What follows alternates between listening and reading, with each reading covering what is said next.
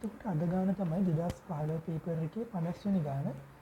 බලමු කියවලා. එතකොට ඒක කියනවා අරය R වූ ඝන ගෝලයකින් කොටසක් කපා ඉවත් කර සාදා ගන්නා ලද ඝන වස්තුවක් රූපයේ දක්වා ඇති පරිදි ටැංකියක පතුලේ තබා ඇත. ගෝලයේ කේන්ද්‍රයේ සිට ටැංකියේ පතුලට ඇති දුර L වේ. දැන් ටැංකිය සිමෙන්ති ජලයෙන් පුරවනු ලැබේ. ඝන වස්තුවේ පතුල තෙත් නොවන ලෙස එය ටැංකියේ පතුලට සවි කර ඇති බව උපකල්පනය කරන්න. ඒක වැදගත්. ජලය මගින් වස්තුව මත යොදන F උඩුකුරු සිරස් බලය ජලයේ H උස සමග වෙනස් වන ආකාරය වඩාත් හොඳින් නිරූපණය කරනු ලබන්නේ. ඕක තමයි ප්‍රශ්නේ. හරි. එතකොට මේ ප්‍රශ්නෙට යන්න කලින් මම ඔයගලට පොඩි දෙයක් මතක් කරන්න. එතකොට මේ උඩුකුරු තෙරපුම කියන්නේ මොකද්ද? U සමානයි V rho G. ඔක තමයි සමීකරණය. එතකොට මේ උඩුකුරු තෙරපුම කියන්නේ මොකද්ද කියලා ගත්තොත් එහෙම ඒකද කියන්නේ කිසියම් වස්තුවක් හරිද?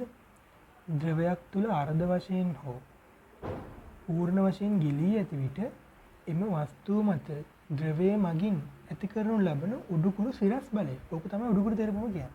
රයිට්. එතකොට මේ උඩුකුරු තෙරපුම සමානයි V rho G. එතන V කියන්නේ මොකද්ද? එම වස්තුවේ කොච්චර පරිමාවක් කර ද්‍රවය තුල ගිල්ලද කියන එක. ඒ කියන්නේ මොන පරිමාවද? ද්‍රවය තුල ඇති පරිමාව. වස්තුවේ කුමන පරිමාවක් ද්‍රවය තුලද? ඒක තමයි මේ V කියන්නේ. රයිට්. එතකොට මම උදාහරණ විදිහට පෙන්නනවා. දැන් හිතන්න මෙහෙම වස්තුවක් අර්ධ වශයෙන් ගිලී ඇති අවස්ථාවක්. රයිට්. එතකොට මෙතනදී මේ V වෙන්නේ මෙන්න මේ ඩාර්ක් කරන කොටස. හරිද? හැබැයි මේ V rho G සමීකරණය දාන්න නම් මේ ගිල්ලා තියෙන කොටස හරි නැත්නම් මේ ගන්නකො සම්පූර්ණයෙන්ම ගිලී ඇති අවස්ථාව වස්තුව. හරිද? වස්තුව සම්පූර්ණයෙන්ම ගිල්ලා තියෙන අවස්ථාවේ හරි අර්ධ වශයෙන් ගිල්ලා තියෙන අවස්ථාවේ හරි මේ ගිල්ලා තියෙන කොටස තියෙනවානේ. ඒ කොටස සම්පූර්ණයෙන්ම ජලයෙන් වට වෙන්න ඕනේ. හරිද? මොකද එතකොට තමයි පීඩන බල හැම පැත්තෙම ඇති වෙන්නේ. හරිද? මෙන්න මේ විදිහට පීඩන බල පෘෂ්ඨයට ලම්බක. දැන් මේ වස්තුව ගත්තොත් මේ විදිහට පීඩන බල ලම්බකව හැම පැත්තෙම ඇති වෙනවා. හරි. ඒතර ඕක තමයි සරල දේ. හැබැයි දැන් ඔයා දන්න උඩුකුරු තෙරපුම කියන්නේ මේ සිරස් බලයක්නේ. එතකොට මේ තිරස් ඇති වෙන පීඩන බල වැදගත් නෑනේ. ඒ නිසා ඔයාට ප්‍රශ්නයක් නැහැ මෙහෙම තිබ්බත්. හිතන්න දැන් මේ වස්තුවම හිතන්න මේ භාජනයේ මෙන්න මේ විදිහට මේක ඇටච් මෙහෙම ඇලිලා තියෙනවා. හරි. එතකොට මේ පැත්ත ජලයෙන් තෙමෙන්නේ නැහැනේ. හැබැයි මේ පැත්තෙන් ඇති වෙන බලය තිරස්නේ. හරිද? එතකොට ඒ නිසා ඒක උඩුකුරු තෙරපුමට අදාළ වෙන්නේ නැහැ. ඒ නිසා මේ වගේ එකකට P rho G දාන්න පුළුවන්. ඒතර මම ඒකේ බල ටික ලකුණු කරොත් තියෙන පීඩන බල මෙහෙන් තිරස් එක තියෙන ඒක වැදගත්කමකුත් නැහැ. මෙහෙන් ඇති වෙනවා මම මේ වැදගත්. තිරස් පෘෂ්ඨ මත ඇති වෙන බල ඉතාමත් වැදගත්. මොකද ඒවා සිරස් නැත්නම් මේ සිරස් දිශාවට ඇති වෙන්නේ නැත්නම් මේ මොකද ඒකට කියන්නේ? ඔව් සිරස් දිශාව ඔස්සේ ඇති වෙන බලය. right. එතකොට මේ වගේ එකකට උනත් P rho G දාන්න පුළුවන්. එතකොට මේ ගානේ කියන්නේ මොකද? මේ ගානේ තියෙනවා භාජනයක්. ওই භාජනයේ පතුලට සවි කරලා තියෙනවා අර ගෝලාකාර වස්තුවක්. එතකොට ඒකේ පතුල තෙත් වෙන්නේ නැහැ. එතකොට මේ සම්පූර්ණ වස්තුවට V rho G දාන්න බෑ. එහෙනම් V rho G දාන්න පුළුවන් වුණා නම් මේ ගාන මෙච්චර අමාරු වෙන්නේ නැහැ. හරි. එතකොට හැබැයි මේ ගානේදී අපිට පුළුවන් මේ ගානේ දැන් මේ ගානේ යන්නේ අපේ මේ භාජනයට අපි ජලය දානවා. එතකොට ජලය උසත් එක්ක මේ සම්පූර්ණ වස්තුව මත උඩුකුරු බලයක් අහන්න. සිරස් බලය. right. එතකොට හැබැයි මේකෙදී අපිට මේ විදිහට වස්තුව අයින් කරගන්න පුළුවන්. මෙන්න බලන්න. මේ විදිහට මම වස්තුව දෙපැත්තෙන් වෙන් කරනවා. ඒතර කොටස් තුනකට. ඒතර මෙන්න මෙතන මේ තියෙන කොටස ඒ වගේම කොටසක් මේ පැත්තේ තියෙනවා. මැද කොටසක් තියෙනවා. right. එතකොට දැන් මම මේ ෂේඩ් මේ ඩාර්ක් කරලා තියෙන කොටස් දෙක දිහා බලන්න. ඒතර මේ කොටස් දෙක දිහා පීඩන බල ඇති වෙන්නේ ඉතින් සම්පූර්ණ ගිල්ල තියෙන අවස්ථාව මම නිකන් උදාහරණයක් විදිහට පීඩන බල ඇති වෙන්නේ මෙන්න මේ විදිහට පෘෂ්ඨයට ලම්බකව ඇති වෙනවා. හරිද? මෙයා මත ඔය විදිහට ඇති වෙනවා. හැබැයි එයාගේ අනිත් පැත්ත නැත්තම් මේ කොටස් දෙකේම ඇතුල් පැත්ත ජලයට ස්පර්ශ වෙලා නැහැ. හැබැයි ඒ ඇතුල් පැත්ත සිරස් නිසා ස්පර්ශ වුණත් එකයි නැතත් එක වෙඩි V rho G දාන්න පුළුවන්. කලින් මම එක්ස්ප්ලেইন කරානේ. right. ඒ නිසා හොඳට තේරුම් ගන්න මේ දෙපැත්තේ තියෙන කොටස් දෙකට V rho G දාන්න පුළුවන්. right. එහෙනම් අපි බලමු. හරි. එහෙනම් අපි බලමු කොහොමද මේ වැඩේ වෙන්නේ. right. එතකොට හිතන්න මම මේකේ දැන් උසවල් ටික ලකුණු කරගන්න මේ කේන්ද්‍රය මේ ටිකේ එල්ලෝ. හරිද?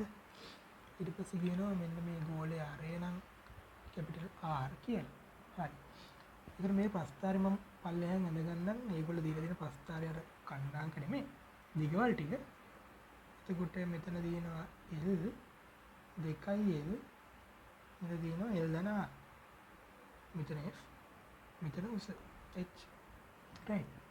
එතකොට ඔයාලට තේරෙනවද දැන් අපි වතුර දාගෙන ඉද්දි මේ මැද කොටස කියන එක ජලයත් එක්ක ස්පර්ශීමක් වෙන්නේ මුලේ. හරිද? ඒතකොට ඒ නිසා ඒක ගැන හිතන්නවත් දෙයක් නැහැ.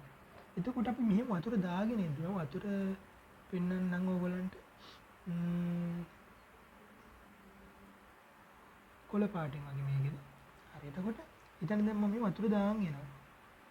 ඒතර වතුර දාන් ඉද්දි මෙන්න මේ දෙපැත්තේ තියෙන කොටස් දෙකට ඇති වෙන උඩුකුරු තෙරපුම තමයි උඩුකුරු සිරස් බලය.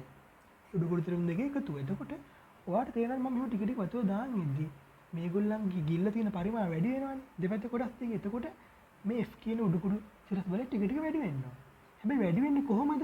ඔයාලට තේරෙනවා උස වැඩි කරද්දි මේ L වෙනකම් මෙන්න මෙතනට වෙනකම් පෙන්වන්න. මෙතනට වෙනකම් මේ පරිමාණ වැඩි වීම කියන එක හරි වැඩි. මේ හැඩෙත් එක්ක බලන්න මේ හැඩේ බලන්න. මේ හැඩේ හරි මැද වෙනකම් පේනවනේ පරිමාව ටික ටික. ඒ කියන්නේ ඒකක උසකදී සිදුවන පරිමාව වෙනස වැඩි. ඒ නිසා මේකෙදි මේ බලය වැඩි වුණාට බලය වැඩිවීම වැඩි. හරිද? ඒ නිසා මේකෙදි මේ රේඛාව යන්නේ L වෙනකම් මෙන්න මේ විදිහට. මේ හැඩේ ආවේ කොහොමද කියලා කිව්වොත් ඒක තමයි මෙතන පැහැදිලි කරේ. ඒක ලොකුවට තේරෙන්නේ නැත්නම් පොඩ්ඩක් තනියෙන් හිතලා බලන්න. right. ඊළඟ අර්ධය ගත්තොත් එimhe ඊළඟ අර්ධයේදී මොකද්ද වෙන්නේ? ඒ කියන්නේ 2L වෙනකම් මේ තියෙන්නේ 2L වෙනකම් ගත්තොත් එimhe ආයිමත් සමස්ත වශයෙන් පරිමාණ වැඩි වුණාට පරිමාණ වැඩිවීම අඩු වෙනවා. ඒ නිසා මෙතනදී අනුක්‍රමණය මෙන්න මේ විදිහට තමයි අනුක්‍රමණය ටික ටික අඩු වෙමින් යන්නේ. හරිද? ඒකට ඔන්න 2L වෙනකම්. ඊට මම 2L ටික පෙන්නන්නම් මේකේ කොළ පාටනේ ගත්තේ. මේ තියෙන 2L මට්ටම. හරි. ඔන්න 2L පැන්නට පස්සේ මොකද්ද වෙන්නේ? අර කිව්ව මැද තියෙන සුදු පාට කොටසෙත් ඉහළ පෘෂ්ඨයේ මත බලය තියෙන පටන් ගන්නවා. මෙන්න මේ විදියට. පෘෂ්ඨයට ලම්බව. හැබැයි ඒ බලවල සම්ප්‍රයුක්තය ඕන කෙනෙක්ට තියෙනවා උඩුකුරු නැත්නම් සිරස්. උඩුකුරු දිශාවට නෙමෙයි. හරිද? සිරස් තමයි උඩුකුරු දිශාවට නෙමෙයි. ඒ බල ටිකේ සම්ප්‍රයුක්තය පල්ලෙහාට තියෙන්නේ. අන්න එතකොට ඔයාලට තේරෙන්න ඕනේ 2L පැන්නට පස්සේ තවදුරටත් අපි වතුර දාද්දී මේ බලය ඒ කියන්නේ මේ දැන් තියෙන බලය ටික ටික අඩු වෙලා යනවා. මොකද අරය විරුද්ධ වෙනවනේ දැන්. නැත්තම් මේ බල ටිකේ සම්ප්‍රයුක්තය තියෙන පල්ලෙහාට. එතකොට කලින් තිබ්බ බලයට විරුද්ධ වීමක් නිසා ටික ටික අඩු වෙලා යනවා. හරිද? හැබැයි මේ අඩුවීම වෙන්නේ කොහොමද?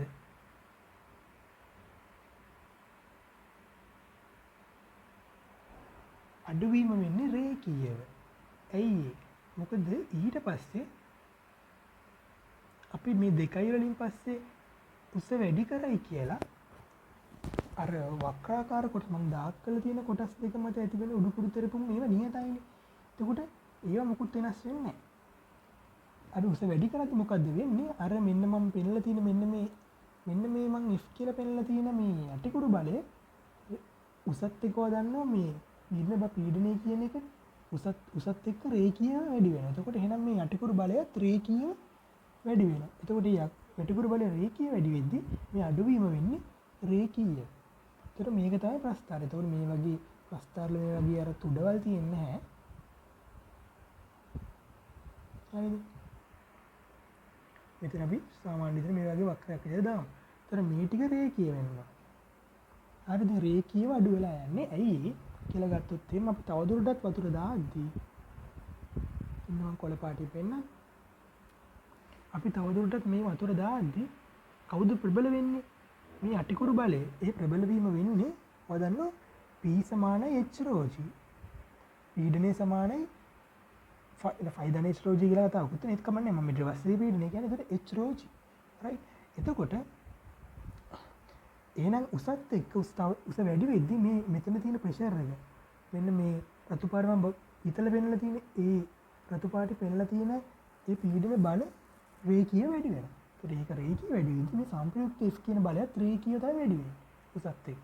ඒතර ඒ නිසා රේඛීයව මේ විදිහට අඩු වෙලා යනවා. ඒතර ඒක තමයි අද ගානේ එක්ස්ප්ලනේෂන් එක.